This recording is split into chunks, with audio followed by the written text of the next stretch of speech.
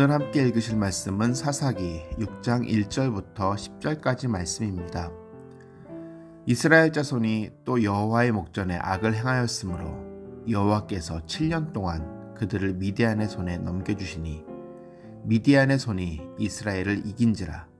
이스라엘 자손이 미디안으로 말미암아 산에서 웅덩이와 굴과 산성을 자기들을 위하여 만들었으며 이스라엘이 파종한 때면 미디안과 아말렉과 동방 사람들이 치러 올라와서 진을 치고 가사에 이르도록 토지 소산을 멸하여 이스라엘 가운데 먹을 것을 남겨두지 아니하며 양이나 소나 나귀도 남기지 아니하니 이는 그들이 그들의 짐승과 장막을 가지고 올라와 메뚜기 떼같이 많이 들어오니 그 사람과 낙타가 무수함이라. 그들이 그 땅에 들어와 멸하려 하니 이스라엘이 미디안으로 말미암아 궁핍함이 심한지라. 이에 이스라엘 자손이 여호와께 부르짖었더라. 이스라엘 자손이 미디안으로 말미암아 여호와께 부르짖었으므로 여호와께서 이스라엘 자손에게 한 선지자를 보내시니 그가 그들에게 이르되 여호와께서 이같이 말씀하시기를 이스라엘의 하나님 내가 너희를 애굽에서 인도하여 내며 너희를 그 종되었던 집에서 나오게 하여 애굽 사람의 손과 너희를 학대하는 모든 자의 손에서 너희를 건져내고 그들을 너희 앞에서 쫓아내고 그 땅을 너희에게 주었으며 내가 또 너희에게 이르기를 나는 너희의 하나님 여호와이니 너희가 거주하는 아모리 사람의 땅의 신들을 두려워하지 말라 하였으나 너희가 내 목소리를 듣지 아니하였느니라 하셨다 하니라. 네, 여러분 오늘 함께 나눌 말씀은 사사기 6장 1절부터 10절까지의 말씀입니다. 계속 패턴이 이어지고 있죠. 이스라엘 민족이 이제 평화의 기간이 있었는데 그러나 하나님 앞에서 악을 행했고 하나님은 미디안에게 7년 동안 이스라엘 민족을 넘겨주었습니다. 오늘 미디안의 괴롭힘을 보면 그야말로 굉장히 비참한 모습이죠. 이리저리 이스라엘 민족들은 도망다니고 산과 굴로 도망다니고 심지어 그들의 식량이 바닥나고 이런 일들이 있었습니다. 성경은 미디안에 대해서 메뚜기 떼와 같다고 이야기하고 있는데 그들이 굉장히 많은 그런 인원이었던 것 같아요. 그런 많은 수적으로 밀리는 그런 미디안의 공격 가운데 이스라엘 민족은 굉장히 비참한 상황을 당해야만 했고 그리고 그런 비참한 상황 때문에 그들은 결국 다시 하나님께 부르짖습니다. 그리고 하나님은 그들을 부르짖음으로 인해서 그들에게 예언자를 보내셔서 말씀하시죠. 그들이 하나님을 찾게 된 이유는 이스라엘이 미디안으로부터 온 궁핍함 때문이라고 오늘 본문이 말하고 있습니다. 그러면 그들이 만약 미디안의 괴롭힘을 받지 않았다면 그들은 하나님을 찾았을까 하는 생각을 저는 해봤어요. 그들은 이미 고난이 없으면 하나님을 찾지 않는 사람들이 되어져 있었던 것 같아요. 그게 그들의 일상이었다는 생각을 하게 됩니다. 일상의 그들에게는 하나님보다는 바알과 아세라가 더 필요하다고 그들 스스로 생각했고 그들은 하나님이 아니라 우상을 섬기게 되었습니다. 그러니까 그들은 살펴보면 사실은 가나안 땅에서의 하나님 백성의 삶을 그들은 모두 잊어버리게 된 것이죠. 그럼에도 불구하고 하나님은 그들을 도우시는 것 같아요. 부르짖음 가운데 하나님 예언자를 보내서 그들에게 말씀하십니다. 근데 여기서 일반적인 사사기의 패턴과 조금 다른 것을 볼 수 있는데 원래 이스라엘이 부르짖으면 하나님은 구원자 사사를 보내셔서 그들을 구출해내시는데 구원하시는데 그런데 이번에는 사사가 아닌 익명의 예언자를 그들에게 보내셨습니다. 그리고 그를 통해서 이스라엘 민족들에게 말씀하고 계시죠. 그 말씀의 내용은 사실 우리가 너무나 많이 보았던 내용이죠. 이스라엘의 역사인데 하나님의 애굽의 종되었던 이스라엘 민족을 구해내셔서 하나님의 백성으로 삼으셨다는 것입니다.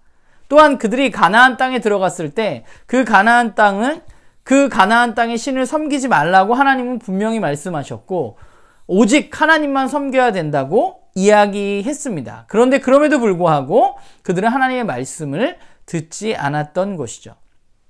오늘 본문에 보면 이스라엘 민족들이 가나안의 신들을 두려워했다라고 말하고 있는데 왜 그렇다면 이스라엘 민족들은 가나안 땅의 신들을 두려워했을까? 그들은 아마 더 잘 살고 싶었을 것입니다. 가나안 땅에서 더 나은 삶을 추구하면서 살았고 더 나은 삶을 살고 싶었을 거예요. 근데 그게 문제예요. 그들의 마음속에 하나님만 섬겨서는 안 될 것 같은 두려움이 있는 거죠. 저 신을 섬기지 않으면 내가 이 땅 가운데 더 잘 살지 못할 것 같은 마음, 훨씬 더 좋은 문화와 무기를 가지고 있는 사람들, 가나안 민족들을 바라보면서 그들은 하나님 외에 이런 이방신들에 대해서도 두려워하는 마음을 갖게 되었고, 그들을 경외하고 그들을 예배하지 않으면 내 일상 가운데 내가 굉장히 어려움을 겪을 수 있다고 생각하게 된 것입니다. 사실 그들은 굉장히 중요한 것을 잊었습니다. 뭐냐 하면 그들이 가나안 땅에 들어간 이유가 있다는 것이죠. 가나안 땅에서 그들에게 가나안 땅은 이스라엘 민족들에게 하나님이 주신 선물입니다. 그렇기 때문에 그 선물을 그들은 받았고, 그들은 이제 그 가나안 땅에서 하나님의 백성으로 하나님의 말씀을 따르면서 잘 살아가야만 했습니다. 그런데 그들은 그렇게 살지 못했죠. 하나님의 백성의 삶은 어디서 시작되느냐 하면 하나님이 하신 일로부터 시작하는 것입니다. 우리가 일상을 살다 보면 하나님이 주신 은혜를 우리는 잊게 마련이고, 과거에 처음 그분을 만났을 때 그때는 너무 그분께 감사했는데 시간이 지나면 지날수록 그냥 내가 더 잘 살고 싶은 마음, 그분이 나에게 주신 은혜와 선물보다는 내가 이 땅 가운데서 더 풍요로운 살고 싶은 그런 마음이 우리들 가운데 있을 때가 사실 훨씬 많은 것이죠. 오늘 본문을 보면서 하나님의 백성은 어떻게 살아야 할까에 대한 고민을 해보았는데요. 하나님의 백성은 무엇보다 기억하면서 살아야 한다는 생각을 하게 돼요. 그 기억은 어떤 기억이냐? 지금의 내가 어떻게 존재하게 되었는지에 대한 기억입니다. 성경은 그리스도인에 대해서 예수 그리스도 안에서 새롭게 태어난 피조물이라고 말하고 있습니다.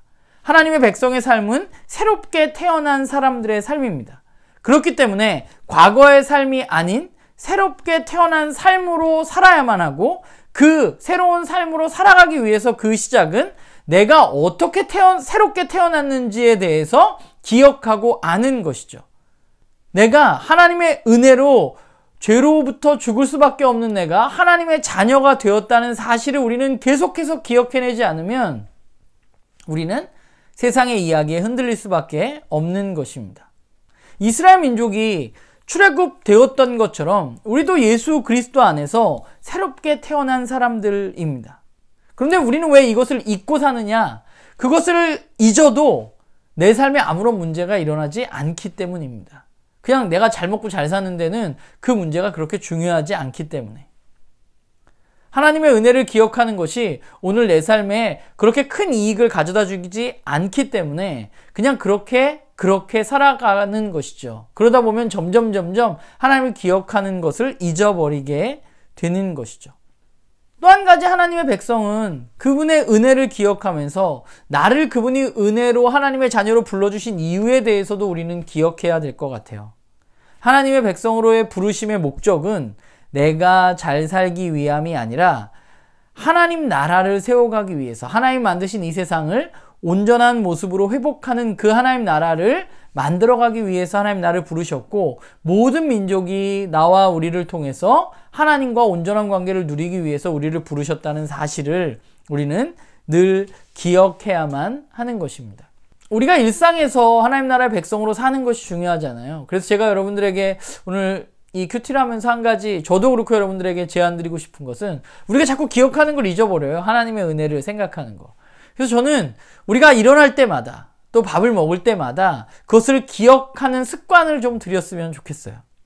우리가 밥 먹을 때, 우리가 일어날 때, 잠잘 때만이라도 우리는 그렇지, 내가 오늘 하나님 때문에 여기 살아있지, 내가 하나님 부르신 존재지, 하나님 나를 부르신 목적은 이것이지 라고 우리가 매일매일 되뇌이면서 살아가는 그런 저와 여러분이 되기를 간절히 소망합니다.